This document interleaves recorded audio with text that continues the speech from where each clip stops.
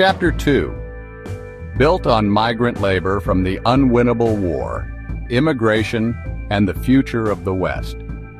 This chapter would be approximately 20 to 25 pages in the book, weaving stories, data, and case studies to show how deeply Western economies depend on immigrants. Chapter 2. Built on Migrant Labor. In the middle of California's Central Valley, where endless rows of strawberries stretch toward the horizon, dawn breaks with quiet urgency. Dozens of workers bend low, picking fruit before the heat sets in.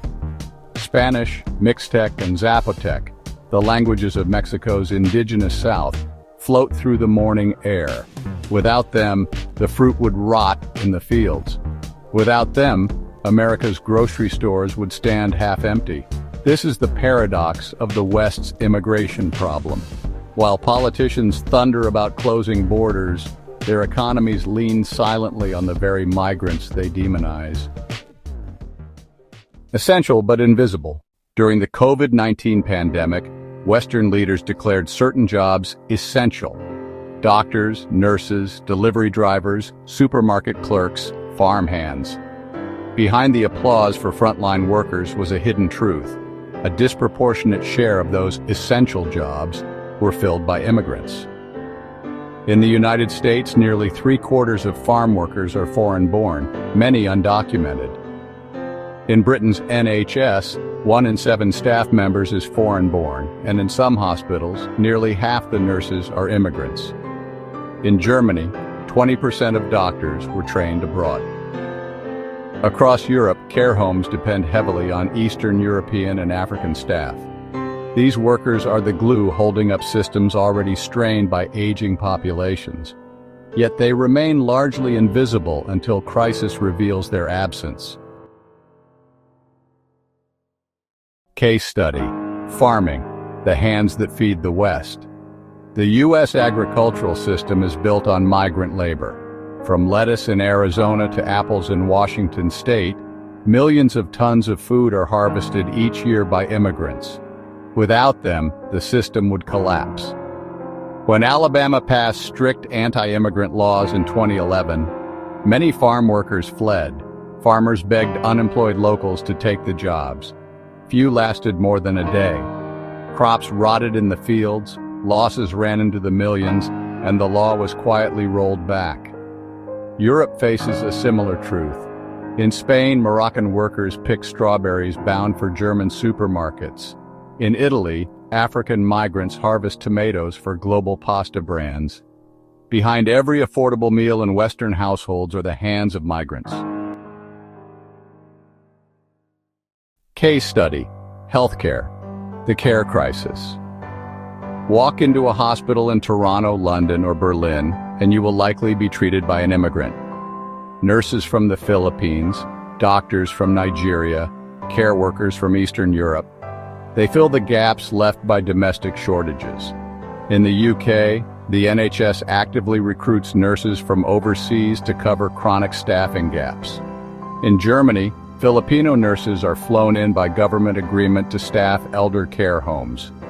In Canada, international medical graduates make up more than 1/4 of all doctors. These are not low-skill roles. They require years of training, certification, and commitment. Without immigrant healthcare workers, Western medical systems would face collapse under the weight of aging populations. Case study: Logistics and low-skill work. It isn't just farms and hospitals.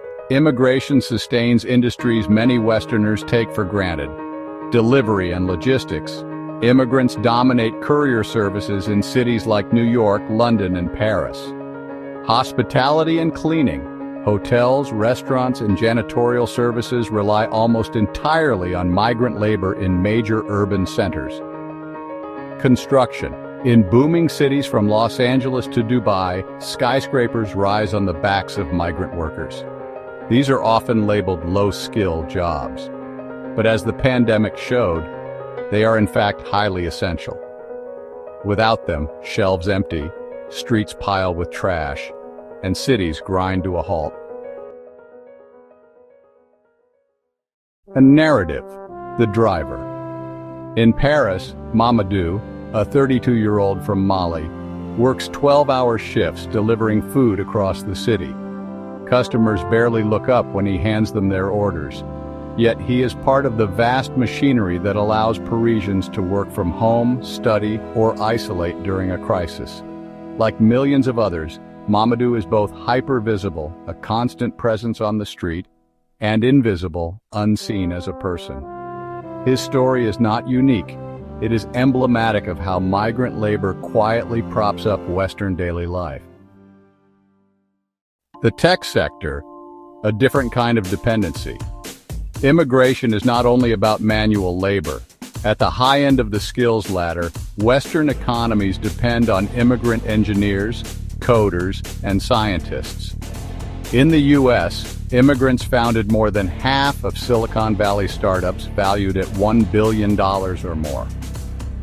Sundar Pichai, Google, and Satya Nadella, Microsoft, are both immigrants. In Canada, international students make up a large share of STEM graduates who feed into the tech sector. The contradiction is sharp. Immigrants are framed as both a burden and the backbone of the future economy. The Gulf States, an extreme mirror. If the West wants to see what full dependence on migrant labor looks like, it need only glance at the Gulf.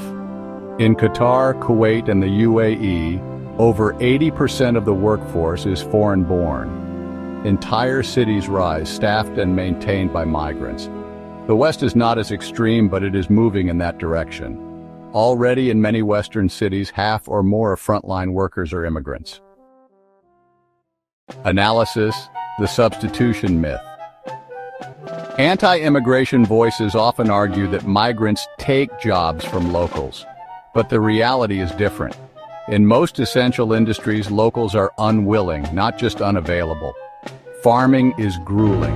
Elder care is emotionally and physically draining. Logistics requires long, unstable hours. Immigrants don't steal these jobs. They save them from vanishing. Without migrant workers, food supply chains, healthcare systems, and service economies would break. Closing thought. At dawn in California's fields, in Germany's hospitals, in London's delivery streets, and in Canada's tech hubs, migrants keep the machinery of the West turning. They are called low-skill, cheap labor, even illegals. But without them, the West would starve, age uncarefully, and grind to a halt. This is the quiet contradiction. Western societies fight immigration in public, but live on it in private. Immigrant labor is not an accessory, it is the foundation. Like, comment, share, and subscribe for more.